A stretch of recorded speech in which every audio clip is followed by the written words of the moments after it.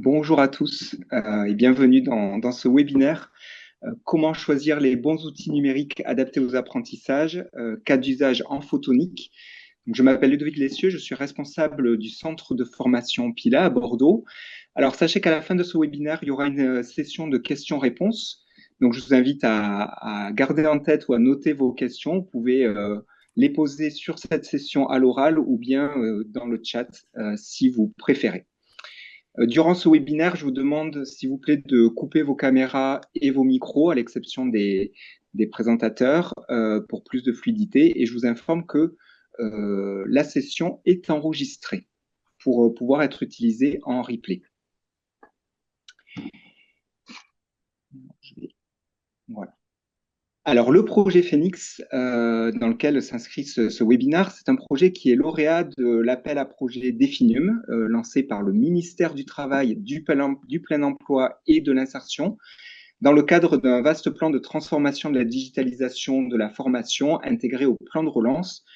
Donc, c'est un appel à projet qui est copiloté par le secrétariat général pour l'investissement et opéré par la Banque des territoires dans le cadre, comme vous le voyez ici, de France 2030. Alors, ce projet, il est né d'une volonté de faciliter la formation en photonique en accélérant les innovations en matière de solutions pédagogiques et de dispositifs numériques. Alors, concevoir des outils pédagogiques innovants, c'est très bien, mais faut-il encore qu'ils soient bien conçus, utiles et surtout efficaces pour le public visé et surtout les apprentissages qui sont visés. Eh bien, au cours de ce projet qui nous a occupé pendant 3 années, eh bien, l'objectif a été double, à la fois réaliser des outils numériques pédagogiques dans le domaine de la photonique, mais aussi, grâce à son consortium interdisciplinaire, eh bien, de réaliser des méthodologies utiles pour la conception, pour l'évaluation des outils et pour s'assurer, bien sûr, que derrière, ils soient efficaces. Eh bien, ces méthodologies sont des choses qui sont aujourd'hui disponibles. On va vous les présenter tout à l'heure.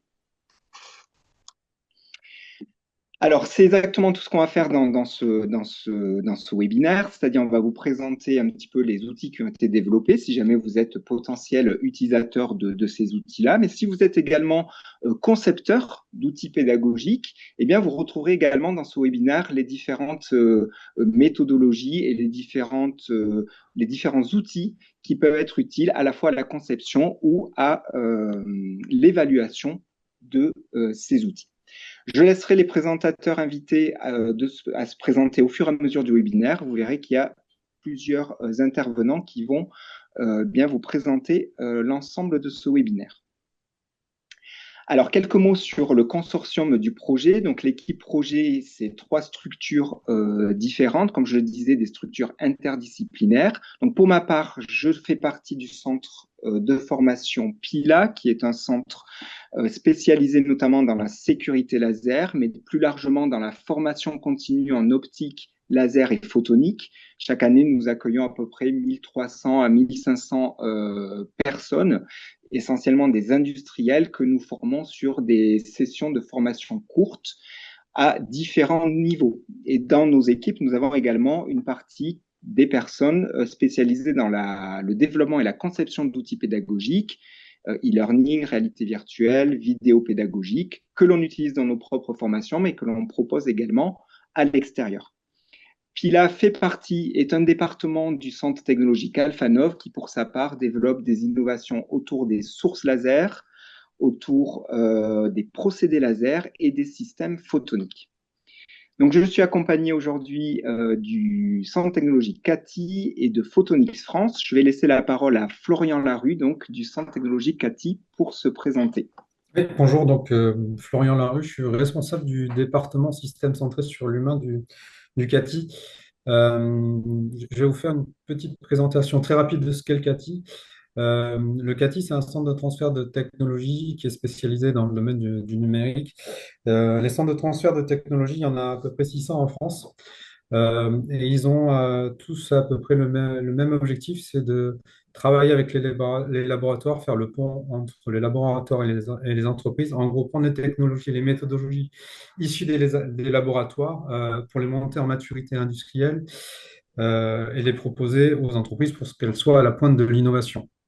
Donc au CATI, on est une cinquantaine de personnes. Il y a trois équipes, une équipe électronique, une équipe intelligence artificielle et une équipe qui est très spéciale. Donc l'équipe que je dirige, c'est l'équipe système centré sur l'humain. C'est une équipe en fait qui mélange sciences humaines et sociales et nouvelles technologies. Donc dans l'équipe, il y a des docteurs et ingénieurs en sciences cognitives, ergonomie, psychologie, anthropobiologie, toutes ces thématiques-là, et des docteurs et ingénieurs spécialisé plutôt sur la partie développement technologique, donc réalité virtuelle, mix, web, monde connecté, intelligence artificielle et toutes ces thématiques. Et notre travail, c'est d'aider les entreprises à concevoir des technologies qui sont adaptées aux besoins des utilisateurs finaux. Et pourquoi on fait ça? Parce qu'on s'aperçoit qu'on a beaucoup d'entreprises qui arrivent avec des technologies qui sont fonctionnellement très poussées, mais qui sont parfois, même assez souvent, en dehors des attentes des utilisateurs finaux, des objectifs et de la façon dont les utilisateurs finaux vont utiliser la technologie. Donc, dans le cadre de ce projet, c'est comme ça qu'on s'est positionné, puisqu'on a une forte valeur ajoutée sur toute la partie méthodologie et développement de technologies de formation numérique orientées vers l'acceptabilité et l'évaluation des performances d'apprentissage. Voilà, puis je vais m'arrêter là. Très bien, je laisse la parole également à Fabrice Michel de Photonix France pour nous présenter Photonix France. Merci Ludovic et bonjour à tous. Donc, je suis Fabrice Michel, responsable communication de Photonix France. Photonix France, c'est la fédération française de la photonique. Elle réunit 200 adhérents français pour promouvoir et représenter la filière auprès des pouvoirs publics. Nous réunissons parmi nos adhérents des industriels qui vont de la start-up au grand groupe. On a des tailles très variées, mais aussi de nombreux académiques, des écoles, des centres de formation, ainsi que des associations, des pôles de compétitivité, des sociétés savantes. Photonix France agit depuis sa création pour le développement et la promotion des formations adaptées aux besoins de la filière photonique. Et elle le fait en lien étroit avec son réseau d'adhérents, car nos industriels sont des utilisateurs quotidiens de la formation initiale et continue pour leurs besoins de recrutement. Les besoins de recrutement, ça va de l'opérateur à l'ingénieur, pardon. Les besoins dans notre filière sont estimés à environ 4000 nouveaux emplois par an. Nos partenaires institutionnels nous accompagnent pour développer et optimiser des formations. Je pense notamment au ministère de l'Éducation nationale, au ministère du Travail, au rectorat, aux régions, à l'OPCO2I. Et Photonics France, avec les relations avec ses partenaires, est à l'initiative de la création du bac professionnel photonique qui a été mis en place en 2024, déjà dans 6 lycées professionnels. Et d'autres lycées préparent de nouvelles ouvertures à partir de la rentrée 2026. Pour Photonix France, rejoindre ce projet Phoenix, c'est une poursuite naturelle de nos actions en faveur de la formation en photonique.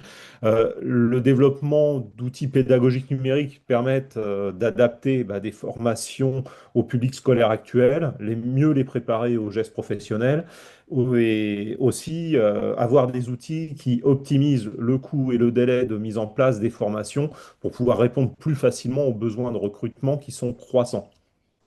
Donc avec cette nouvelle slide, vous aurez quelques chiffres qui résument le dynamisme de nos filières, autant en termes d'entreprise, d'emploi et de chiffre d'affaires. Je vous remercie pour votre attention. Merci Fabrice. Alors on va rentrer dans le vif du sujet. La parole est à Charles Fage Ducati. Voilà, je te laisse la parole. Bonjour à tous. Alors, en quelques mots, Charles Fage, je travaille donc dans le département système centré sur l'humain que Florian a présenté un petit peu avant. Je suis ingénieur R&D, expert en facteurs humains et j'ai participé à la coordination des activités du CATI sur le projet Phoenix. Donc, le projet Phoenix, il est né de questionnements autour des outils numériques qui sont aujourd'hui utilisés en particulier dans la formation photonique, les modules de réalité virtuelle, des capsules vidéo, des plateformes pédagogiques, etc.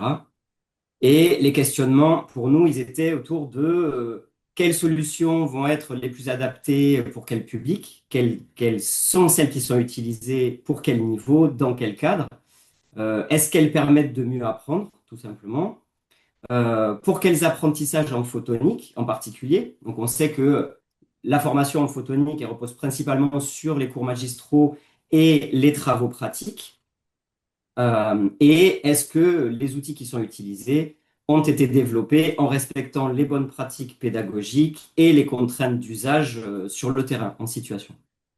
Donc, pour répondre à ces questions, le consortium du projet s'est appuyé sur une communauté d'utilisateurs pour concevoir, développer, tester et valider des solutions innovantes, des solutions technologiques innovantes.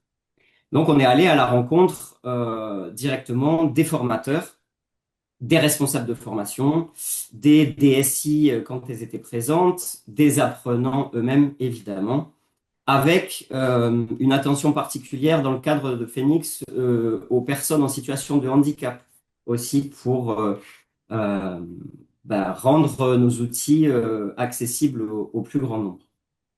Et donc, pour répondre à ces questions et pour avoir le point de vue de tous ces acteurs, on est allé à leur rencontre directement sur le terrain. Donc, on s'est rendu dans les formations, dans le cadre d'entretiens semi-dirigés et d'observations directes aussi en classe, donc en cours magistraux et surtout en TP, pour voir comment ça se passe, qu'est-ce qui est utilisé, dans quelles conditions et avec quelles contraintes aussi. Donc, on a réalisé une cartographie des formations, de leur contenu, et on a développé aussi un outil sous forme de grille d'observation et de support d'entretien pour mettre à disposition de la communauté cette analyse de besoins. Donc, typiquement, quand on commence un projet comme ça, on peut avoir des a priori forts. Nous, au début du projet, on pensait qu'il fallait se focaliser sur les travaux pratiques et en particulier l'apprentissage de gestes fins. Après cette analyse du besoin, auprès de ces 5 sites, donc Lannion, Saclay, Limoges, Talence et l'Université de Bordeaux, on a un peu revu notre copie parce qu'on s'est rendu compte que finalement, plus que le geste fin et les réglages de modules laser très précis, c'était plutôt l'apprentissage des procédures, donc l'enchaînement des actions qui importaient dans la formation plus que le geste lui-même. Et donc, à l'issue de cette étape-là, on a aussi produit des supports de sensibilisation et notamment sur la prise en compte du handicap dans les technologies de formation. Merci beaucoup, Charles. Julien Bribet, donc de Pila pour la suite, qui va nous présenter donc notamment l'outil de réalité virtuelle. Bonjour à toutes et tous, merci Ludovic. Donc, je me présente rapidement, je suis Monsieur Julien Bribet, je suis référent pédagogique au sein du centre de formation PILA et j'interviens au quotidien en tant que formateur en photonique et en sécurité laser et c'est à ce titre-là que j'ai pu participer au développement d'une des briques de ce projet Phoenix qui est l'outil de réalité virtuelle que nous avons développé chez PILA depuis maintenant de nombreuses années qui s'appelle l'IPL pour Immersive Photonic Lab et finalement c'est très en lien avec ce que vient d'évoquer Charles. Donc, ce qu'il disait sur la notion d'apprentissage de procédure, un des éléments principaux sur le développement de cette technologie, c'est bien ça, et finalement l'intérêt général de cette technologie, c'est bien celui-ci. C'est donc d'immerger les différents apprenants, alors qu'ils soient encore une fois de public académique, des étudiants de divers niveaux ou directement les professionnels, bien sûr, dans un environnement totalement évidemment artificiel, mais très proche du réel, de façon à pouvoir s'exercer à ces différents gestes sur ces thématiques de l'optique et des lasers, et donc de développer ses compétences en matière de réalisation de procédures. Donc c'est une technologie qui est très intéressante dans le cadre de l'utilisation à l'enseignement. Pourquoi? Parce que, eh bien, en optique, on a un concept général qui est assez simple, c'est que tout est cher et fragile. Et donc, quand il s'agit d'apprendre des procédures à des personnes qui sont ou débutantes ou de renforcer renforcer les savoirs déjà acquis, eh bien, on s'expose à des risques évidemment de casse, de difficultés de mise en œuvre, de coûts, etc. Et donc, c'est dans ce cadre-là que nous avons testé cette IPL. Différents usages donc durant ces 3 ans. Alors, bien évidemment, un aspect académique sur lequel je ne vais pas forcément trop m'étendre, puisque nous aurons d'autres intervenants qui parleront là-dessus, mais un public évidemment d'étudiants à des niveaux allant de bac-3 jusqu'à bac+5, voire certains doctorants. Et puis, essentiellement me concernant, pour un public professionnel, comme je le mentionnais, on va simuler l'utilisation du matériel potentiellement complexe, potentiellement cher et potentiellement dangereux s'il était utilisé dans des conditions entre guillemets en dur. Et c'est ça qui va nous permettre donc de faire en sorte de préparer les personnes à cette formation au TP en dur, encore une fois entre guillemets, via cet outil en réalité virtuelle.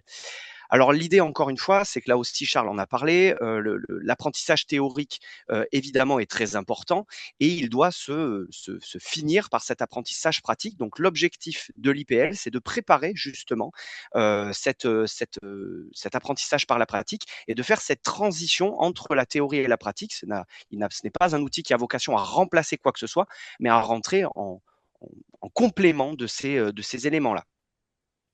Alors, on pourrait vous en parler pendant longtemps, mais je vais essayer d'être bref sur cet aspect-là. On a aujourd'hui une grande variété d'activités déjà disponibles sur ces technologies en VR, sur lesquelles nous avons fait une petite sélection ici.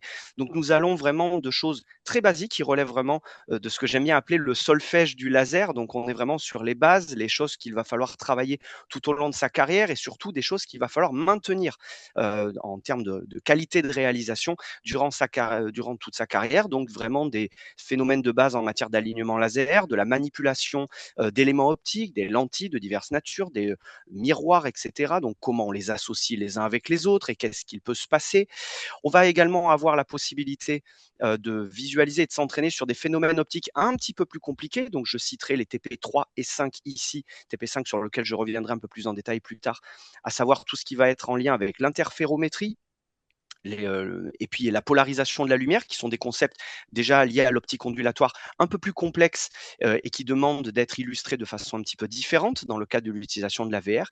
Et puis, bien évidemment, un petit peu mon cœur de cible pour ce qui est de mon utilisation de ce genre d'outils, c'est la sécurité laser. Et là encore, on revient sur cet apprentissage procédural, sur cette façon de faire.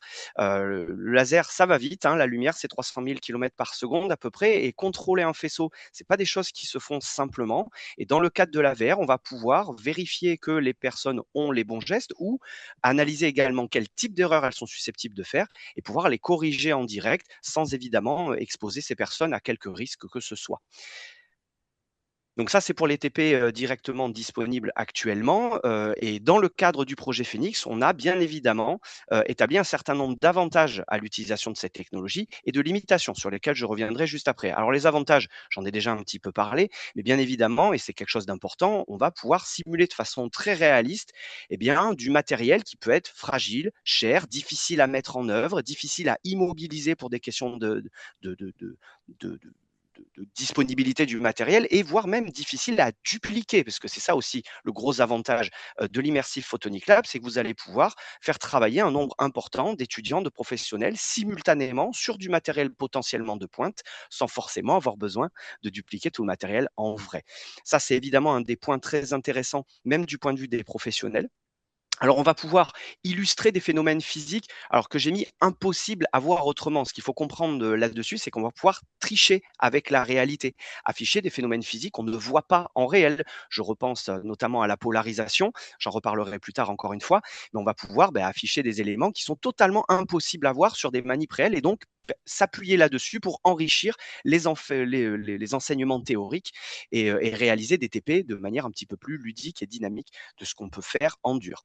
Bien évidemment, encore une fois, lié à la sécurité et l'appréhension de situations potentiellement dangereuses sans prise de risque, donc c'est ce que j'évoquais il y a un instant, simuler des situations potentiellement compliquées à gérer sans forcément que les personnes soient exposées à ce risque-là, et puis une facilité de mise en place qui est extrêmement importante, qui est un petit peu déroutante en premier lieu sur l'utilisation des casques, mais auquel nos utilisateurs et utilisatrices se sont fait très très rapidement et qui permet de lancer des manips potentiellement complexes en très peu de temps et sur des espaces somme toute très limités.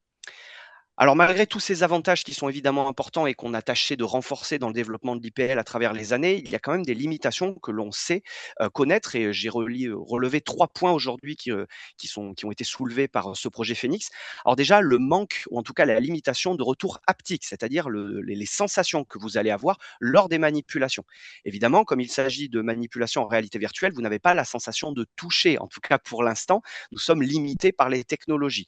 Le seul retour haptique que nous avons actuellement, ce sont des vibrations, alors qui ont plein d'intérêt dans diverses situations, mais qui sont quand même limitées dans tout ce qui est apprentissage des gestes fins. Là aussi, je vous renvoie à ce que disait Charles il y a un instant. Nous avons rapidement vu que ce n'était pas nécessairement, en tout cas dans l'état actuel des technologies, le point sur lequel il fallait insister beaucoup là-dessus, puisque ce n'était pas forcément toujours très efficace. Donc ça, c'est des choses qui tendent à, espérons-le, évoluer avec le temps. On a également une fatigue oculaire qui peut survenir après une longue période, alors que l'on voit déjà avec les écrans, mais qui, dans le cadre de la réalité virtuelle, comme vous avez le casque et des lentilles qui sont très très proches des yeux, les recommandations aujourd'hui sont aux alentours entre 20 et 30 minutes d'utilisation avant de faire une petite pause, pour le dire simplement. Et on voit que d'ailleurs que les sensibilités à ça sont très variables. Nos ingénieurs qui ont travaillé sur le développement de ces technologies sont tout à fait capables de tenir des sessions beaucoup plus longues.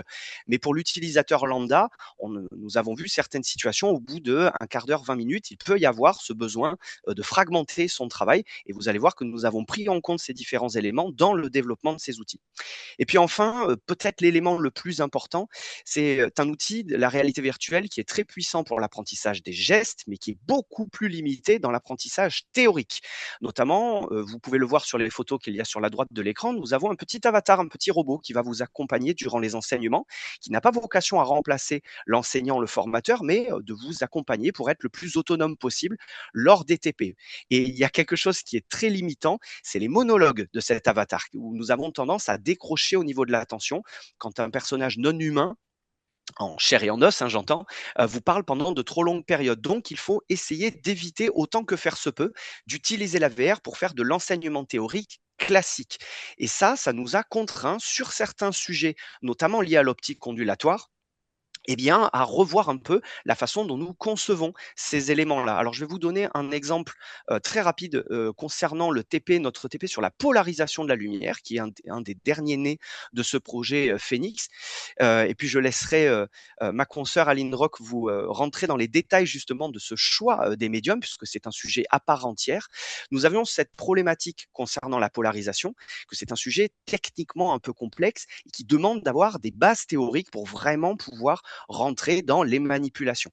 Donc plutôt que de tout mettre à l'intérieur d'une seule simulation VR, nous avons séparé le travail en 2 catégories. Alors pour le dire très simplement, nous avons 2 grands sujets sur la polarisation, le traitement des polarisations de type linéaire et les traitements des polarisations de type elliptique ou circulaire. Donc, chacun de ces 2 sujets va demander des bases théoriques entre guillemets différentes mais complémentaires. Et nous avons donc choisi un médium plutôt vidéo que nous avons réalisé avec des enseignants-chercheurs de l'Université de Bordeaux et les référents pédagogiques et formateurs de PILA. Et nous avons découpé la chose comme suit.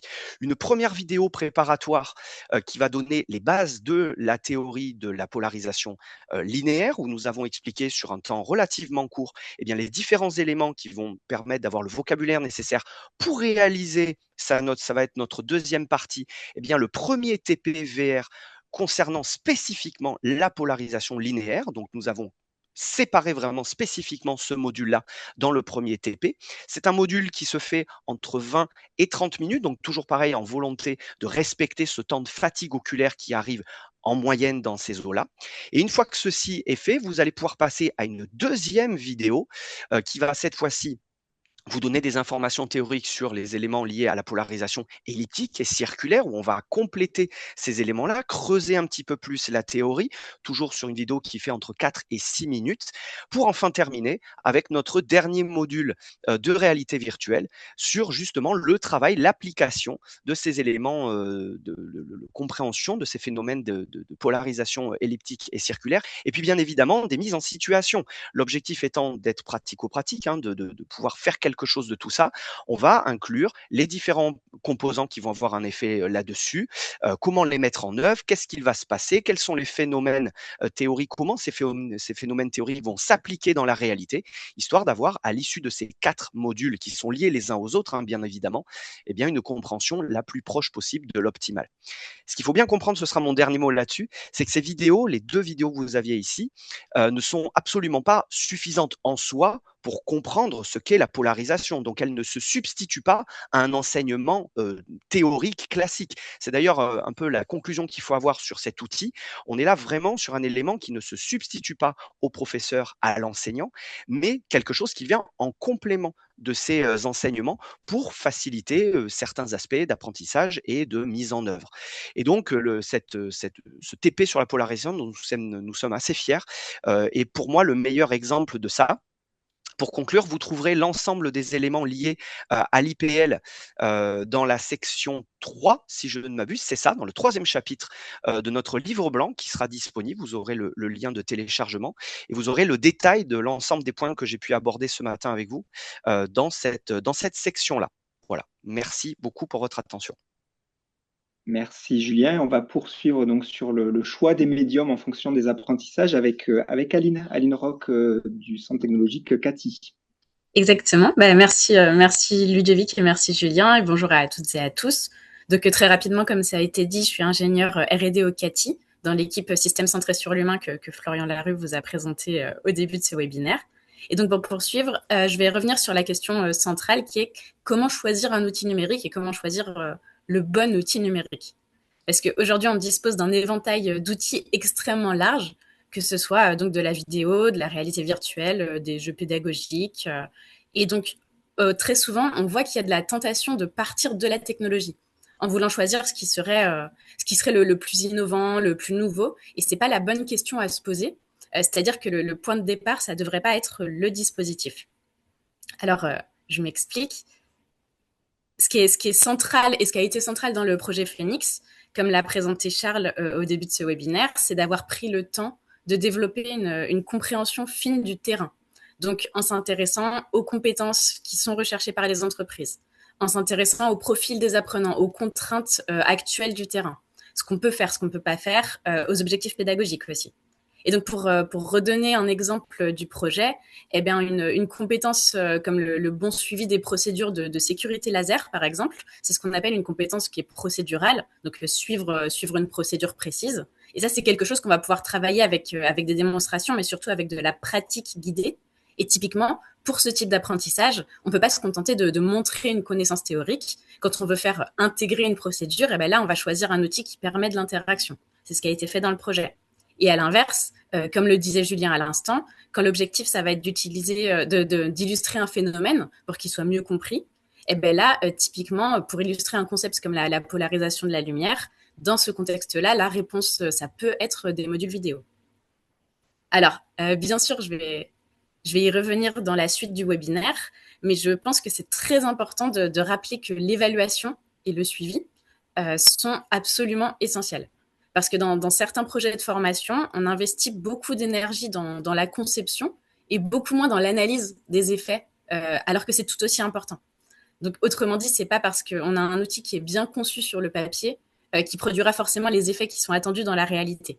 Et ce travail d'évaluation, il tourne par exemple autour de la question du transfert. Donc, est-ce que j'ai appris avec mon dispositif ?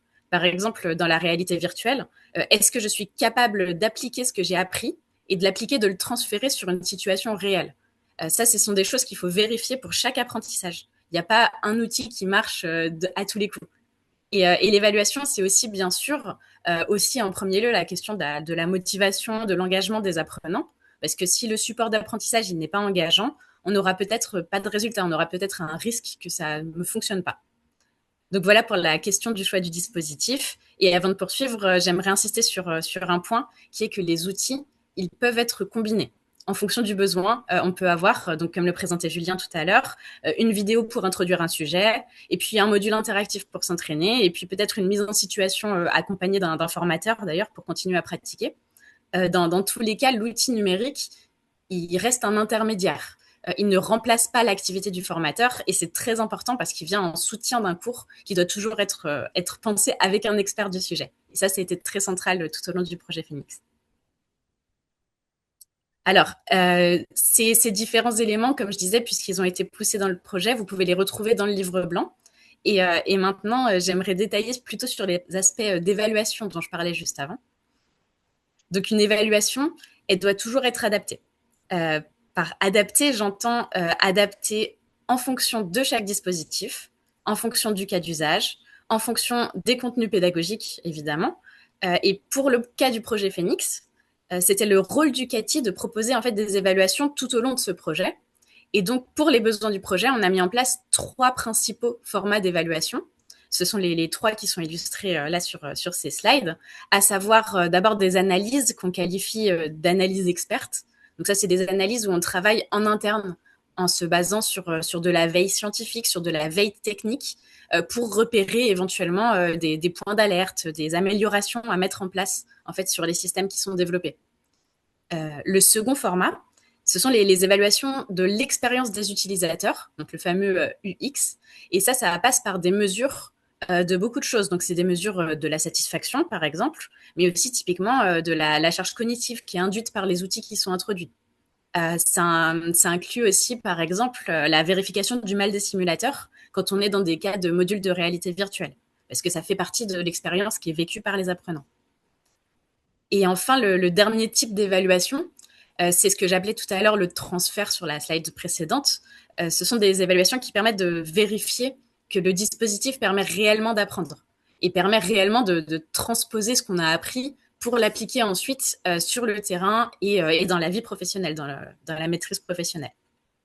Et alors, tous ces types d'évaluations, bien sûr, ça passe par des indicateurs spécifiques qui ont été construits avec des experts métiers parce que pour mesurer des performances d'apprentissage, il n'y a jamais une mesure universelle parce que ce sont les experts du métier, les experts du terrain qui savent quelles sont les compétences qui sont tout d'abord qui sont réellement importantes sur le terrain et qui peuvent connaître les spécificités de ces compétences. Donc pour les besoins du projet, on a déterminé par exemple ce qui peut ou non constituer une bonne pratique ou une mauvaise pratique en termes de sécurité laser, typiquement. Et dans cet exemple-là, on a cherché à objectiver en fait la performance des apprenants pour pouvoir avoir ces mesures-là dans nos évaluations. Et le point sur lequel j'aimerais insister également, c'est que ces différentes méthodes, elles sont complémentaires. C'est-à-dire que selon l'étape du projet, on va mobiliser différentes formes d'évaluation. Et surtout, l'objectif, c'est d'entrer dans une logique d'amélioration continue. Et donc, ces méthodes, elles doivent toujours être itératives, si vous voulez. C'est-à-dire que pour que le projet il soit véritablement efficace, on teste, on analyse, on améliore et puis on teste à nouveau. Et c'est cette logique qui a été appliquée tout au long du projet. Parce que le but, c'est pas de donner une bonne note ou une mauvaise note à un dispositif. Il s'agit bien d'identifier des moyens de l'améliorer au fur et à mesure. Et donc, ça passe par des itérations. Alors donc, pour poursuivre sur ce sujet, j'aimerais insister sur le fait que tous les outils d'évaluation, tous les protocoles qui ont été construits pour ce projet, ils ne sont pas limités à un seul contexte. Ils ont été pensés pour pouvoir être généralisables, pour être réutilisables, pour être réutilisés d'ailleurs potentiellement, dans d'autres cadres, dans d'autres domaines, et peut-être même au-delà de la formation en photonique d'ailleurs. Donc ce que j'appelle les protocoles ici, c'est en fait les suites d'étapes qu'on va suivre dans une évaluation donnée. Et donc, on les retrouve sur la plateforme Pitch qui est développée et mise à disposition par le CATI. C'est un site web qui fonctionne comme une grande base de données d'outils, de protocoles d'évaluation. Donc, par exemple, imaginons que vous développiez une formation, un dispositif de formation en réalité virtuelle. Et bien, grâce à cette plateforme, vous pouvez identifier des protocoles d'évaluation, vous pouvez identifier des outils déjà existants, des questionnaires standardisés, des choses qui sont adaptées, ou alors vous pouvez vous les adapter à votre contexte, collecter vos propres données de manière structurée et de manière complètement autonome. Et nous, dans le cadre du projet Phoenix, c'est ce qui nous a permis de centraliser les passations expérimentales, donc l'ensemble des étapes de collecte pour les données pendant nos évaluations. Et ça nous a permis en fait d'utiliser donc des questionnaires auprès des apprenants, mais de croiser ça avec de l'observation, avec de la prise de mesures de performance, avec de l'entretien aussi par exemple, de manière à avoir des données qui soient combinables. Voilà. Et avant de passer la parole, j'aimerais revenir sur les grandes réussites de ce projet. Tout d'abord sur l'ampleur de certaines évaluations qui se sont déroulées sur plusieurs mois et dans plusieurs endroits, donc notamment à Bordeaux, à Lannion, en Bretagne. Et je le signale parce que ce type de démarche, c'est relativement rare dans les projets de formation, ils sont souvent limités à des évaluations qui sont plutôt courtes, qui sont plutôt ponctuelles. Et en fait, ça, c'est grâce à ce système de financement du programme Definum. Il faut savoir que c'est un projet qui a eu la chance de se dérouler donc sur plusieurs années, sur 3 ans, ce qui laisse la place pour commencer à une analyse du besoin qui a été très complète la première année. Donc ça, c'est ce qu'a présenté Charles au début de ce webinaire. Et également, ça laisse la place à des protocoles d'évaluation qui sont ambitieux sur toute la durée du projet. Et c'est en ayant ce temps sur le projet qu'il a été possible de développer des outils, de les tester, les améliorer sur la durée pour pouvoir vraiment accompagner la mise en place de dispositifs qui peuvent devenir réellement utiles par la suite. Donc là encore, tout ce sujet sur les évaluations, vous pouvez le retrouver, donc tout ce qui a trait à ça dans la dernière partie du livre blanc, donc dans la partie évaluation. Et je vais laisser la parole à Baptiste Fabre, qui est enseignant-chercheur à l'Université de Bordeaux. Merci beaucoup, Aline. Baptiste, je te laisse la parole pour te présenter. Bonjour à tous, donc je suis effectivement maître de conf à l'Université de Bordeaux et donc moi j'ai participé à la mise en place principalement ici des TP sur la polarisation avec l'IPL et aussi j'en parlerai juste à la toute fin pour faire la transition avec Aude j'ai écrit quelques QCM. Alors avant de peut-être parler de la manière dont on a travaillé, simplement l'utilisation des outils comme l'IPL à l'université, en fait, pas dans les différents cours. Donc moi, j'y vois un grand intérêt. Alors comme on l'a dit, en fait, c'est pas du tout pour remplacer l'enseignant du point de vue de la théorie, etc. Mais ça peut permettre deux choses. Dans un premier temps, une utilisation au sein d'un cours en utilisant, donc en faisant utiliser le casque par un étudiant et en projetant grâce au, disons, au programme de diffusion qui a été développé au sein de Pila, en diffusant en fait à l'ensemble de la classe en fait ce que fait l'étudiant dans le laboratoire virtuel. Et ça permet vraiment de pouvoir illustrer les concepts qui ont été vus, soit qui ont été vus précédemment, soit qui sont vus les concepts théoriques, voir un petit peu quelle est la pratique, comment c'est utilisé, qu'est-ce qu'on peut faire avec, quelles sont les utilisations possibles. Et ça, c'est vraiment, à mon sens, un gros apport de l'IPL, en plus de ce dont a parlé Julien, le fait de pouvoir en fait inclure dans la simulation un certain nombre de choses qui ne sont pas visibles et qui sont parfois un peu difficiles à comprendre, des concepts un peu compliqués. Et puis, alors d'un point de vue plus général, c'est aussi l'utilisation par les étudiants, soit en amont, soit en aval d'une séance de travaux pratiques, où ils vont pouvoir justement se familiariser avec le matériel, expérimenter des choses. Alors, dans le cadre de la polarisation, c'est pas forcément le cas, mais sur des montages un petit peu compliqués, etc. Ça permet déjà de dégrossir avant de faire le TP en réel et, comme je l'ai dit, en associant un peu de réalité augmentée, justement de leur permettre de mieux comprendre ce qu'ils vont faire ensuite dans les manips. Alors, du point de vue de mon interaction avec les différents acteurs qui ont développé l'IPL, moi j'ai principalement travaillé avec Maxime, Nicolas, Yanis et Julien. Donc mon rôle, c'était principalement d'amener la physique et de parler avec eux de comment est-ce qu'on pouvait implémenter la physique au sein du logiciel. Donc moi, j'ai beaucoup apprécié les échanges avec ces différentes personnes. C'était très constructif. Bon, l'intérêt aussi, c'était qu'ils avaient déjà un bon bagage, même si un bon bagage de physique. C'est très curieux, donc on a beaucoup échangé en fait et beaucoup. Ça a été aussi le cas avec les gens du CATI. On a aussi mis en place des séances de vrais travaux pratiques pour montrer un peu comment ça se passait dans la réalité, pour pouvoir calquer au maximum en fait ce qui se passait dans la réalité, dans l'IPL, avec les contraintes du matériel. Et donc, ça m'a permis aussi d'avoir une certaine, de réfléchir un peu sur mes pratiques pédagogiques, de discerner un peu quels étaient les concepts importants, comment est-ce qu'il fallait les présenter, dans quel ordre. Donc ça a été vraiment quelque chose de très intéressant d'un point de vue personnel. Et je pense que, en tout cas pour les TP qu'on a mis en place pour la polarisation, moi aussi j'en suis très fier et je pense que ça peut être très très utile euh, que ça soit à l'université, mais également, je pense, au sein des entreprises pour comprendre ces concepts qui sont non triviaux, en fait, et un petit peu difficiles à se représenter dans l'espace. Euh, alors, donc ça, c'était pour l'IPL. Ah oui, je voulais juste dire une chose, c'était que les TP qu'on avait mis en place ici, là, pour la polarisation, en fait, on a levé un certain nombre de freins un peu mathématiques dans la programmation. Et en fait, pour l'instant, effectivement, on a travaillé principalement sur la polarisation linéaire et la polarisation circulaire avec les différentes lames d'onde. Mais en fait, les outils qui ont été mis en place et la manière dont a été développé le programme, je ne sais pas si ça a été dit avant, je suis désolé, je suis arrivé un peu en retard. Ben ça ouvre en fait de nombreuses perspectives pour des TP un peu plus avancés, euh, avec très peu de changements au niveau du code et qui permettront par exemple de traiter tout ce qui est isolateur de Faraday, rotateur de Faraday, cellule de Pockels et influence des miroirs sur la polarisation. Enfin, il y a vraiment beaucoup de choses qui peuvent être mises en place avec très peu de développement supplémentaire du point de vue du code. Attention, je ne parle pas des développements pédagogiques, parce que ça, c'est quand même un gros travail. Et l'écriture de scénario, ça a été aussi un très gros travail pour réussir à faire quelque chose qui soit cohérent et qui soit utile.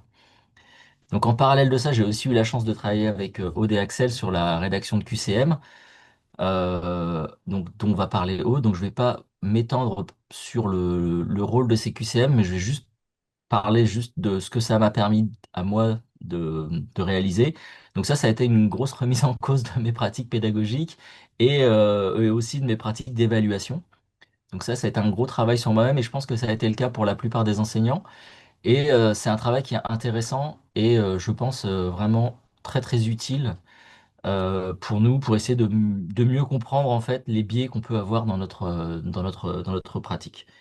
Voilà, je pense que je sais pas, vous m'avez donné 5 minutes. Je pense que j'ai Bien. dû tenir à peu près 5 minutes. Merci beaucoup, Et Baptiste. Donc, les je vais QCM passer dont la tu parole à... parles, voilà, les QCM dont tu parles, c'est effectivement pour une plateforme de remise à niveau en mathématiques pour la photonique. Et je vais passer la Ah oui, parole pardon. effectivement à Aude, À Aude. qui est à la manœuvre de ces sujets-là aux côtés d'Axel. Bonjour, donc moi c'est Aude Cossarieux, je suis didacticienne des sciences et de la physique. Depuis un peu moins de 10 ans maintenant, je travaille sur les questions de maths pour les sciences. Et c'est dans ce cadre-là que du coup j'ai accompagné le projet sur le développement de la plateforme Math for Photonics, qui est une plateforme dont le but est, enfin c'est un exerciceur qui permet de préparer les étudiants, qui mesurent leurs compétences et puis qui s'entraînent sur des compétences de mathématiques spécialement pour l'optique et la photonique et pour l'entrée dans le monde supérieur. Donc en fait, comme il a bien été rappelé au début, une solution numérique, c'est une solution à un problème, mais on part pas de la solution. Donc pour nous, le problème qu'on voulait adresser, c'était les difficultés en mathématiques de nos étudiants et étudiantes qui leur causent des difficultés en physique. Et si vous avez fait de la physique, vous savez qu'une grande partie des outils dont on a besoin pour faire de la physique, eh ben, ça repose sur des outils mathématiques et même dès les plus petits niveaux. Enfin, voilà. Et donc le problème, c'était ces difficultés-là. Et donc une deuxième difficulté conjuguée avec enfin, le problème des maths, c'est l'hétérogénéité. C'est-à-dire que les trous dans la raquette des étudiants qui arrivent en L1, en première année de BTS, en première année d'IUT, ils peuvent être des problèmes qu'ils ont rencontrés au lycée, mais ça peut être aussi au collège. Et donc, il nous fallait un moyen de faire de la remise à niveau, de la remédiation, mais qui tienne compte du fait que tous les étudiants n'ont pas les mêmes difficultés et que du coup, ça aurait été contre-productif d'avoir quelque chose qui avance à la même vitesse pour tout le monde. Donc, du coup, ce qu'on a explicité comme besoin, c'est un outil de remédiation avec des ressources pédagogiques pour différents niveaux et en tout cas qui adressent différents manques. Centré sur les maths pour la photonique, on voulait de l'efficacité en n'allant pas réviser l'ensemble des maths, mais en révisant les sujets de maths qui nous intéressent et leur traduction avec les notations de la photonique, et qui permettent aux étudiants de s'entraîner, ce qu'on appelle le drill and practice. Donc notre solution, c'est cet exerciceur dont on vous a parlé et qui, à l'intérieur, il y a quoi? Il y a des QCM, comme a dit Baptiste, de mathématiques pour la photonique. Et donc je vais réexpliquer maintenant, là, dans les 3 diapos qui viennent, chacun de ces mots, exerciceur, QCM, maths pour la photonique. Donc la plateforme qu'on a choisie, en fait, on a pris une plateforme qui est premièrement pensée pour l'auto-évaluation, puis pour l'entraînement, et qui est une plateforme adaptative avec un algorithme adaptatif à l'intérieur. Et c'est en fait la même technologie qui était utilisée par Pix et qui a ensuite été adaptée par Uniciel au projet Écrit Plus et au projet MAPS, Maths pour les sciences. Donc l'idée derrière, c'est qu'on a un algorithme adaptatif, c'est-à-dire que les QCM sont choisis en fonction de vos réponses, une ludification avec un système de points et une ergonomie qui est connue des étudiants puisqu'ils l'ont utilisée au lycée dans le cadre de la certification PIX. Donc, dans cette plateforme, ce qu'on a mis, c'est des QCM. Comme le dit Baptiste, un des enjeux, c'est d'avoir des QCM de qualité. Et donc, pour nous, des QCM de qualité, c'est au moins 2 choses. D'une part, c'est qu'ils sont basés sur les erreurs des étudiants, c'est-à-dire qu'on part des erreurs, ce qui nous permet d'avoir des distracteurs de qualité. Et donc, on n'a pas mis des pièges pour que les étudiants ne trouvent pas la bonne réponse. On est vraiment parti des erreurs qu'ils et elles font. Ça, c'est la première chose qui est nécessaire pour qu'on évalue correctement. Et le deuxième point, c'est qu'on veut une plateforme qui puisse être utilisée en autonomie. Et donc là, l'enjeu, c'est d'avoir des corrections détaillées et qui permettent vraiment à l'étudiant de progresser. La difficulté, souvent, c'est qu'on va avoir l'indication de la bonne réponse et puis peut-être 1 ou 2 mots, mais c'est pas suffisant si on a loupé, si on a faux, on a besoin de plus. Donc, on s'est basé sur les QCM existants du projet Math for Science, qui sont en Creative Commons. Et sur ces 1300 QCM, il y en a beaucoup qui ne nous intéressaient pas parce qu'ils étaient soit contextualisés en chimie ou dans d'autres domaines, soit parce qu'ils étaient sur des thématiques un peu éloignées de ce qu'on voulait couvrir dans ce premier projet. Et donc, on a rajouté un certain nombre de questions qu'on a construites avec les enseignants partenaires du projet. Et au total, on a 400 QCM de mathématiques pour la photonique, donc soit en contexte de mathématiques, soit en contexte d'optique et de photonique. Donc, quand je dis des mathématiques pour la photonique, en fait, il y a vraiment tout un enjeu qui était de prioriser. Et donc, avec les enseignants du projet, on est parti d'un référentiel d'environ 60 savoir-faire. Donc, un savoir-faire, ça peut être par exemple ajouter ou soustraire une fraction en se ramenant au même dénominateur, ou bien simplifier une fraction en décomposant un produit ou en identifiant une factorisation. Donc, on en avait une soixantaine et on a priorisé 18 qui nous semblent les incontournables pour réussir à l'entrée dans le supérieur les études d'optique et de photonique, avec l'idée que le projet pourrait être augmenté et poursuivi, mais qu'il fallait partir d'un ensemble cohérent et qui assure un socle minimal. Pour utiliser l'application, côté utilisateur, ça se voit pas, mais côté concepteur, comment dire, l'idée, c'est que l'algorithme regarde si vous avez répondu juste à une question. Si vous avez répondu juste, il vous en propose une plus compliquée. Si vous avez répondu faux, il va en proposer des plus simples. Et ça veut dire qu'on a a priori catégorisé l'ensemble des exercices sur plusieurs niveaux pour pouvoir assurer cette façon croissante, décroissante des questions. Donc en fait, on a une catégorisation à 2 entrées. On a d'abord une catégorisation en type de savoir-faire, donc ça c'est les lignes, et puis en colonne sur les niveaux. Et pour ça, on s'est basé sur l'année d'introduction du savoir-faire en mathématiques. Le niveau 1, ça reprend vraiment le début du collège, mais c'est là où on a des gros trous. Et puis, on monte dans les niveaux en fonction des variables didactiques. Donc, si l'exercice, il y a plusieurs étapes, si c'est écrit R1, R2 ou bien F'1, F'2 par rapport à 1/2 plus 1/3, quoi, ça c'est plus compliqué. Donc, on monte dans des niveaux plus élevés. On n'a pas eu, contrairement à l'IPL, une phase de test aussi intense parce qu'on nous a fallu pas mal de temps pour arriver à avoir une plateforme fonctionnelle. Et une des difficultés de ce type d'exerciceur, c'est que si vous n'avez pas un nombre minimum de QCM sur la plateforme, et ben en fait, ça fonctionne pas bien. Parce que comme il y a du tirage aléatoire et qu'il faut remplir, enfin peupler un très grand nombre de niveaux, il faut un très grand nombre de questions et 400, c'est à peu près le minimum pour que ça fonctionne bien. Donc on a eu quelques premiers retours et ces retours étaient globalement très positifs. Donc des retours positifs concernant l'ergonomie. Et là on retrouve en fait une de nos hypothèses de départ, c'était qu'on n'aurait pas de problème d'ergonomie du fait qu'on avait réutilisé une plateforme connue. Donc c'est ce qu'on a observé. Une expérience ludique, les étudiants disent avoir apprécié la plateforme, que la séance était cool. Et en fait, ils ont quand même fait des maths pendant 40 minutes. Et le seul truc cool, c'était qu'ils avaient un feedback automatique et ils gagnaient des points toutes les 3 4 questions.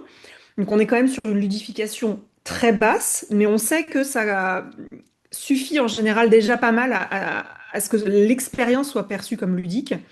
Et enfin, le proxy le plus proche qu'on ait de l'apprentissage, c'est le sentiment d'efficacité perçu par les étudiants, avec par exemple des témoignages qui disent cela permet de prendre connaissance de nos lacunes et de nous améliorer. Mais évidemment, il reste à venir une vraie phase de test plus tard. Donc, quelques conseils qu'on garde de ce travail pendant les 3 ans de Phoenix. Comme l'a dit Ulysse, il y a tout un enjeu de se former Ulysse, pardon, Baptiste, n'importe quoi, de se former à la rédaction des QCM. C'est vraiment pas quelque chose d'intuitif. Par contre, c'est quelque chose qui s'apprend et qui s'apprend assez facilement. Donc, on a un guide qu'on avait publié avec Uniciel et que je vous propose de télécharger, enfin qui est libre, quoi. La deuxième point, c'est évidemment de prévoir du temps, si vous voulez, de rédaction et de relecture des QCM, d'où le gros enjeu et la grosse chance de bénéficier d'une banque de questions et le gros apport pour la communauté du travail fait dans le cadre du projet Phoenix. Nous, on compte environ, pour vous donner un ordre de grandeur, 1 heure par QCM. Et enfin, je crois qu'il y avait un troisième point, voilà. On a dit que les outils, enfin, en gros, on n'évalue pas un outil en lui-même. Un outil pédagogique, un outil numérique, il se place toujours, il est utilisé dans une pédagogie. Il y a, ce qui influe sur les résultats sur les étudiants, c'est comment l'enseignant le présente, qu'est-ce qu'on en fait à la fin, comment cette séance s'insère dans une progression pédagogique. Et donc, ça, c'est ce qu'on n'a pas encore eu le temps de faire dans le cadre du projet, mais qu'il faut faire, c'est vraiment former à l'usage de la plateforme et expliquer comment cette plateforme, comment les outils numériques de manière plus générale s'inscrivent dans les pratiques pédagogiques habituelles des enseignants. Et donc pour terminer, donc un grand merci à toutes les personnes qui ont contribué à la plateforme, à tous les enseignants. Et les éléments présentés sont aussi décrits dans le livre blanc sur le choix des outils numériques, dont vous pouvez retrouver tout et toutes les références. Merci beaucoup, Aude. Je laisse la parole à Charles pour l'adaptive learning, donc qui rejoint un petit peu aussi ce sujet-là, c'est comment adapter l'outil aussi. Charles, je te laisse la parole. Oui, merci Ludo. Alors très rapidement pour finir, Aude vient de présenter donc Math for Photonics qui s'appuie principalement sur les technologies d'adaptive learning. Donc rapidement, l'adaptive learning, c'est un terme générique qui désigne l'ensemble des dispositifs numériques qui sont capables de s'ajuster en temps réel et s'ajuster sur les contenus, les activités et les modalités d'apprentissage en temps réel, c'est-à-dire qu'ils récoltent, pendant qu'ils fonctionnent, ils récoltent des données et ils vont proposer des adaptations. Et cet adaptive learning, il repose sur 2 piliers principaux. L'adaptabilité d'abord. Donc, comme l'a bien présenté Aude, pour les formateurs, l'enjeu, c'est de créer des contenus et beaucoup de contenus adaptés à différents niveaux pour peupler ces différentes catégories. Et pour les concepteurs, c'est de créer les opportunités d'interaction et d'adaptation technique à l'écran pour l'apprenant. Et ces adaptations, donc cette adaptabilité, elle est permise, elle repose sur une analytique avancée, sur le recueil de données pendant son fonctionnement. Donc là, il y a un vrai enjeu pour les formateurs et les concepteurs ensemble pour identifier les données détaillées qui permettent d'identifier les comportements des apprenants, leurs lacunes, leur manière d'apprendre, pour pouvoir proposer la séquence pédagogique la plus adaptée à l'objectif en cours.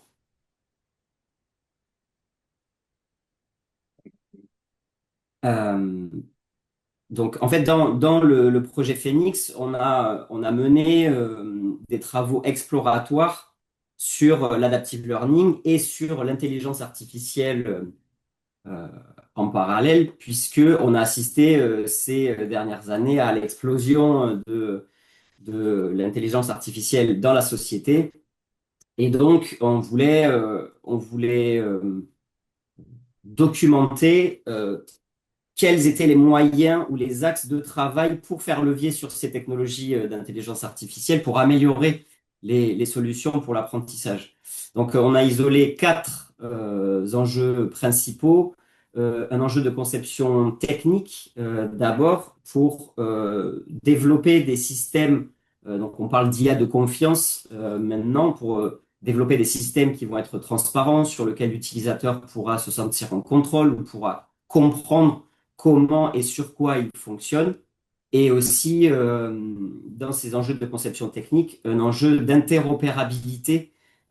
Aline l'évoquait un peu plus tôt, les outils ne fonctionnent pas seuls, mais comme l'a rappelé Aude aussi, ils sont utilisés dans une séquence pédagogique, donc potentiellement plusieurs outils différents utilisés pour une même séquence, et donc un enjeu de l'IA générative et de l'adaptive learning en particulier, c'est l'interopérabilité avec les différents outils. Un enjeu de conception pédagogique aussi, donc à la fois sur la création de contenu, comme l'a rappelé Aude, mais aussi pour intégrer dans ces contenus et dans les objectifs de ces technologies les stratégies de résolution de problèmes, par exemple, pour les apprenants, ou les habitudes de révision des apprenants. On sait que c'est beaucoup utilisé pour générer des QCM, pour réviser, par exemple. Euh, il y a un gros enjeu également sur l'établissement du profil de l'apprenant. Notamment, on peut aller plus loin sur documenter ses leviers motivationnels, ses capacités attentionnelles, sa maîtrise ou non, desquels des outils numériques. Et enfin, un enjeu sur l'évaluation d'impact. Ça, c'est euh, un des messages principaux du projet Phoenix, c'est que développer des outils pour l'apprentissage, c'est très bien.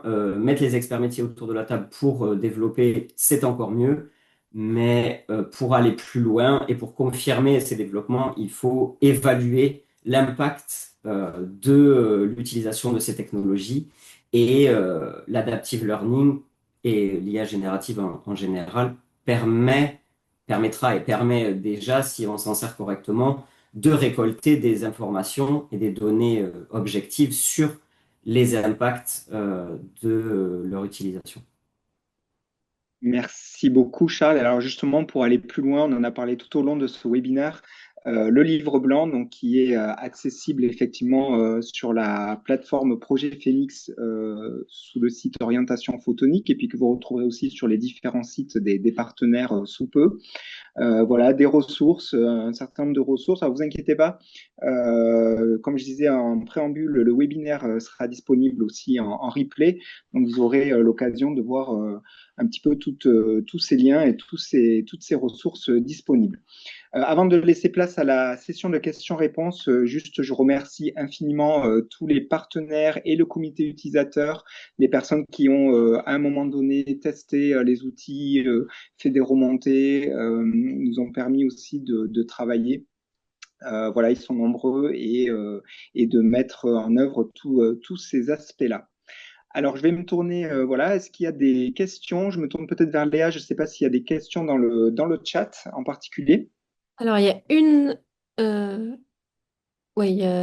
une question de Fabienne Goldfarb. Moi, je la lis, hein, ce sera plus simple. Vous nous avez prêté à Orsay des casques IPL que nous avons testés, mais comment vous les rendre? Pour l'académique, c'est intéressant, notamment pour la sécurité laser, mais le problème est le coût si nous devions généraliser leur utilisation. Et après, il y a une autre question de la même personne. Est-ce que tout le monde supporte bien les casques? Voilà, c'est la seule chose qu'il y a le chat pour Ok, l'instant. alors je reviendrai vers vous, Madame Golfa, pour les casques, mais en tout cas, voilà, on pourra aussi mettre à jour avec les dernières évolutions si vous voulez poursuivre les essais. Donc effectivement, c'est important. Alphanov, on prête beaucoup de casques. On a un partenariat aussi pour les académiques avec la société Jolin. Et on prête, voilà, on aime bien prêter les casques parce qu'effectivement, il faut pouvoir voir vraiment dans le casque ce que ça représente pour se rendre compte aussi de l'outil. Est-ce que tout le monde supporte bien? Alors, je ne sais pas si peut-être côté Cathy ou Répondre si tu côté... veux, Ludovic. En fait, la particularité des casques, ouais, c'est la partie immersive et certaines stimulations sensorielles sur lesquelles certaines personnes ne supportent pas. Donc, pour répondre très concrètement, non, Attendez. tout le, tout le monde ne supporte pas les casques de réalité virtuelle. Il y a par exemple des personnes qui ont des problèmes au niveau des yeux. Et donc, on peut faire parce qu'il existe des techniques en fait pour limiter ces problématiques, et d'ailleurs qui sont pas assez connues, je trouve, des développeurs de manière générale. Il existe des techniques, mais il y a des sujets, vous pouvez faire ce que vous voulez, ils ne la supporteront pas. Donc, il faut trouver des alternatives pour pouvoir mieux les former. Mais là, je vous parle par exemple, il y a des personnes qui ne perçoivent pas la 3D dans les casques de réalité virtuelle, donc qui ne perçoivent pas la stéréoscopie. Ça représente, alors il y a eu quelques études qui ont été menées, c'est 5% des gens qui potentiellement ne percevront pas la 3D. Mais par contre, c'est les personnes qui le savent déjà normalement, parce que euh, ce sont enfin, vous avez des personnes, enfin, au niveau des cinémas 3D, c'est exactement la même problématique. En fait, vous avez des personnes, ils ne peuvent pas aller au cinéma 3D parce qu'ils savent qu'ils vont être malades. Mais ce que ça veut dire derrière tout ça, c'est qu'il y a une vraie problématique sur ces technos parce qu'elles ont une vraie plus-value sur certains cas d'usage, mais qu'il faut quand même prendre en compte dès le début de la conception ces problématiques qui sont liées à l'humain. Là, je vous ai parlé de la partie 3D, mais il y en a d'autres. Ceux qui ont des problèmes d'oreille interne, ceux qui ont des problèmes de cognition spatiale. En fait, en évaluant ces problématiques humaines dès le début, on arrive à intégrer ces capacités-là dans le système numérique et dans les technologies de réalité virtuelle. Alors, pas à chaque fois, mais ça permet quand même d'avoir des technos qui répondent à la plupart des usages et des utilisateurs finaux. Je ne sais pas si ça répond à votre question. C'est vrai qu'après, juste dans le développement de l'IPL en particulier, il y a eu effectivement pas mal de travaux qui ont été faits sur aussi la fréquence d'image pour essayer de vraiment de libérer aussi de la puissance de calcul pour éviter certaines latences qui peuvent parfois donner un peu du cybersickness. Et après, on a fait très attention aussi à ce que, alors ça, moi, je trouve que c'est une différence là en tant qu'utilisateur avec d'autres outils numériques dans d'autres domaines, où justement dans l'Immersive Phonics Lab, vous êtes dans un laboratoire d'optique et c'est essentiellement vous qui bougez. Vous bougez les éléments, vous bougez dans l'environnement, mais vous n'avez pas des choses qui bougent autour de vous. Personnellement, je suis très sensible, par exemple, à la VR, et quand je fais des simulations où il y a des choses qui arrivent dessus, qui bougent très vite, effectivement, on peut se retrouver enfin, pas bien. Et voilà, c'est un peu plus limité déjà dans nos applis où du coup, il y a quasiment rien qui évolue autre que l'opérateur. Est-ce que vous avez d'autres questions? Vous pouvez aussi prendre la parole si vous souhaitez. Il y a deux autres questions, je vois là. Pour Oui, les étudiants avec des lunettes, le casque s'adapte. Certains casques, oui, d'autres non, en fait. Mais la plupart maintenant prennent en compte cette problématique-là. Et vous avez même des casques en fait qui s'adaptent à la correction de l'utilisateur.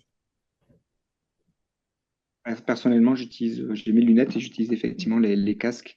Voilà, normalement, ça s'adapte assez bien. après, il y a la même personne qui demande pour la polarisation, quel est l'intérêt du casque par rapport à des simulations sur ordinateur couplées à de vrais TP pas trop chers? J'ai développé quelques simulations et je sais qu'il y a un projet plus complet que ce que j'ai fait à Bordeaux, le logiciel Shire. De telles animations ont l'avantage de pouvoir être utilisées chez eux par les étudiants. C'est pas vraiment. Alors, soit Baptiste, soit Julien. Je ne sais pas qui veut répondre. Je peux peut-être commencer rapidement. Donc, je ne connais pas le logiciel dont vous faites mention, Madame Goldfarb. Par contre, une chose est certaine, c'est que en termes d'immersion, et je pense que Baptiste, je peux te laisser un moment aussi pour donner ton avis sur la question, mais le gros avantage que l'on a avec la VR dans le cadre de la polarisation, c'est qu'encore une fois, on va pouvoir tourner, cet aspect de pouvoir tourner autour des sujets, autour de l'objet, pouvoir regarder les éléments dans différents axes, etc., librement, est un vrai avantage là-dessus. Alors malheureusement, nous n'avons pas pu vous présenter les résultats puisque les études sont toujours en cours sur l'aspect efficience et qualité des retours sur ce TP polarisation, qui, comme je le mentionnais, est très récent dans la vie du projet, mais c'est une qualité qui ressort énormément sur les différents utilisateurs préliminaires. Donc, encore une fois, cette capacité de tourner autour des problèmes, parce que vous avez beaucoup plus de difficultés à faire dans le cadre d'un logiciel. Je ne dis pas que c'est pas bien, hein. Je dis juste que c'est deux éléments différents. Je vous invite éventuellement, Ludovic en a fait mention tout à l'heure, le mieux, ce sera encore de tester de votre côté ce TP polarisation pour justement directement expérimenter les avantages et les inconvénients, le mot est mal choisi, mais qui pourraient présenter par rapport à un logiciel standard. Mais en termes d'avantages à la manipulation, je trouve que l'on a des choses très nettement différentes d'un aspect purement logiciel. Baptiste, peut-être si tu veux compléter là-dessus. Oui, je suis assez d'accord. En fait, alors moi, je connais pas non plus ce logiciel. Je sais que quand j'enseigne la polarisation, je me base sur une espèce enfin, une applet, pas une espèce, ouais, une applet qui est disponible sur Internet et qui s'appelle EMANIM et qui permet justement de visualiser les différents états de polarisation. Mais comme le dit Julien, en fait, l'intérêt de la VR, c'est bon déjà de, de pouvoir effectivement se positionner différemment, de voir les choses en fait sous différents aspects, de pouvoir tourner autour des éléments, ça je suis tout à fait d'accord, ce qui est plus difficile à voir avec Emanim, et aussi d'acquérir, comme on l'a dit, en fait, des bonnes pratiques. Alors c'est vrai que la manipulation sur la polarisation, elle est assez réduite, mais malgré tout, comment est-ce qu'on se place quand on veut analyser une polarisation circulaire? Comment est-ce que on peut suivre en fait l'évolution d'une polarisation linéaire le long d'un ensemble de miroirs à trois dimensions où on va monter, descendre et le suivre comme ça en trois dimensions? C'est quand même beaucoup plus simple, je pense, qu'avec un logiciel qui est uniquement en deux dimensions. Là, la 3D apporte quand même, à mon sens, en fait, un apport du point de vue de la manipulation. Voilà. Madame Goldfarb, je vois que vous avez la main levée. Vous voulez prendre la parole? Oui, c'était juste pour dire, vous pouvez essayer de contacter Bruno Bousquet pour Shire. Et en fait, vous pouvez aider. Moi, je le trouve assez bien fait avec voilà, c'est une fausse impression 3D. Effectivement, on n'est pas dedans. Après, on peut toujours tout tourner et on pose vraiment les éléments sur une table optique. Il y a derrière, on voit ce qui se passe au niveau du champ qui est projeté. Alors, il n'est pas hyper ergonomique encore parce qu'effectivement, il demande des améliorations. En fait, ça avait été fait c'est au départ le logiciel qui qui était utilisé pour Hobbit. Voilà. Et qui derrière se développe de manière indépendante. Moi, à l'époque, je lui avais dit, ben oui, c'est gentil, mais ce qui serait très bien, c'est que les étudiants puissent l'utiliser chez eux. Ça change beaucoup de choses, en fait. C'est un complément, c'est intéressant. Et alors après, moi, personnellement, j'avais développé, mais ça, il y a 20, il y a plus de 10 ans, des animations, alors sous Mathematica, mais utilisables avec Wolfram Player, qui est gratuit, que les étudiants pouvaient télécharger. Ou alors, par contre, on ne peut pas effectivement on peut faire tourner quand même l'animation, on voit ce qui se passe, on peut faire tourner les différents éléments de polarisation. Après, j'en avais pas mis des plein les uns à la suite des autres parce que mon temps était compté et que c'était déjà pas mal de faire les lames, le polariseur. Ce que je veux dire derrière, c'est qu'en fait, l'avantage, mais il faudrait probablement que j'essaye le casque pour voir, mais moi, ce que je vois comme limitation sur le casque de ce que j'entends, une des plus grosses limitations, il me semble, c'est, quand je vous entends dire, et c'est celle que j'avais ressentie aussi, il y en a deux, c'est que la première, c'est qu'il y en a qui ne supportent pas du tout, donc il faut leur proposer autre chose. Et il y en a, et même quand on les supporte, c'est difficile de demander plus de 20-30 minutes. Et finalement, avoir basculé, c'est-à-dire qu'effectivement, avec l'animation, par contre, on ne touche pas, mais en parallèle, pour le coup, c'est pas des éléments qui sont très risqués d'un point de vue et pas très cher non plus. Bon, l'optique, c'est jamais gratuit, mais ça ne fait pas partie des trucs les plus chers, ce qui fait qu'autant pour la sécurité laser, c'est vrai que je vois vraiment l'intérêt à très très fort et mon problème, c'est plutôt le coût pour nous. Autant là, c'est vrai que je me pose plus de questions. Non pas qu'il n'y ait pas du tout d'apport, mais l'apport par rapport finalement aux problèmes que ça engendre. Qu'est-ce qu'on fait des étudiants qui supportent pas? Qu'est-ce qu'on fait? Comment est-ce qu'on et puis qui peuvent pas l'utiliser chez eux. Voilà. Donc c'est des vraies questions que je pose. Hein. C'est pas pour dire que c'est pas bien. C'est juste que à quel point du coup on met ses forces là-dedans pour quelque chose qui va quand même poser malgré tout des difficultés et qui va avoir pas mal de limites. Voilà. Alors, dans un premier temps, il me semble que Florian en parlait tout à l'heure, le pourcentage de personnes ne supportant pas du tout l'utilisation du casque reste très faible. Nous développons ce casque depuis, enfin en tout cas en proportion. Je vais vous donner un retour d'expérience d'un point de vue purement PILA. On utilise ce casque quotidiennement, en tout cas pour nos formations et dans le cadre des personnes que l'on forme. Ludovic l'évoquait, on est entre 1300 et 1500 personnes. On n'est pas sur 1500 utilisateurs par an, bien entendu, mais nous sommes sur des nombres de l'ordre de plusieurs centaines de personnes par an, et ce, depuis plus de 10 ans. Aujourd'hui, les personnes sur lesquelles nous avons vraiment vu des limitations très, très fortes, c'est un pourcentage, c'est vraiment une partie très, très faible de l'ensemble de ces personnes-là. Donc, il faut malgré tout penser à ces personnes-là. Je ne dis pas absolument pas le contraire, mais on n'est pas non plus sur une personne sur deux qui ne supporte pas ça. En complément, il faut bien voir que peut-être un avantage qu'on n'a pas évoqué tout à l'heure et sur lequel nous avons beaucoup travaillé, Baptiste et moi, c'est sur l'accompagnement pédagogique à l'intérieur de ces simulations-là, que vous avez peut-être beaucoup moins d'un point de vue logiciel. Ça, il faut, encore une fois, je vous dis ça sans avoir testé les solutions dont vous parlez. Mais vous avez donc cette capacité d'autonomie en fait à l'apprentissage et qui vient compléter les usages. Donc, encore une fois, l'idée n'est pas nécessairement que tous les étudiants puissent partir avec chez eux, où je note bien que c'est une vraie limitation.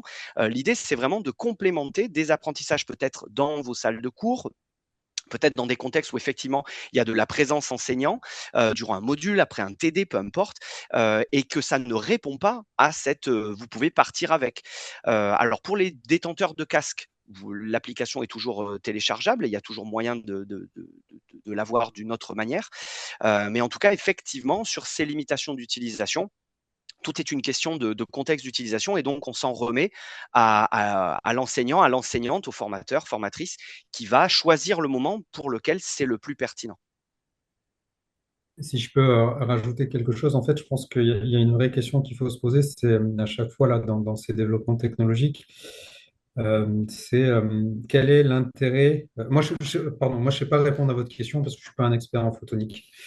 Par contre, je suis plutôt expert sur la partie facteur humain et réalité virtuelle. Et la question qu'il faut se poser, c'est qu'est-ce que va apporter cette notion de déplacement, d'immersion et de profondeur dans le parcours pédagogique. Je pense que c'est ça la vraie question qu'il faut apporter. Parce qu'il y a des fois où on va développer des technologies qui sont des usines à gaz et qui peuvent être déployées d'une autre manière avec des choses plus simples. Et il y a des fois où mais là, la réalité virtuelle a une vraie plus-value parce qu'on a besoin de cette immersion, parce qu'on a besoin de cette manipulation, parce qu'on a besoin de bouger dans l'espace. Et je pense que la vraie question qu'il faut se poser dans l'apprentissage, c'est ça. C'est est-ce que je dois me déplacer? Est-ce que c'est ultra pertinent dans les compétences ou les connaissances que je veux transférer ou pas? Et c'est ça qui doit driver en fait le choix de la technologie. Eh bien, merci beaucoup. Je pense qu'on va clôturer parce qu'on a déjà pas mal dépassé le temps. Merci à tous les participants. Merci à vous tous de nous avoir rejoints. Donc, comme je disais, ce webinaire va être disponible en replay.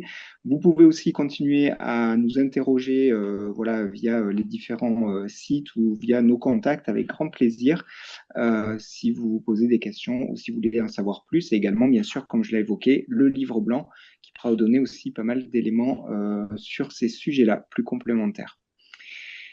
Merci tout le monde. Je vous souhaite une très bonne journée. Bonne journée. À très bientôt.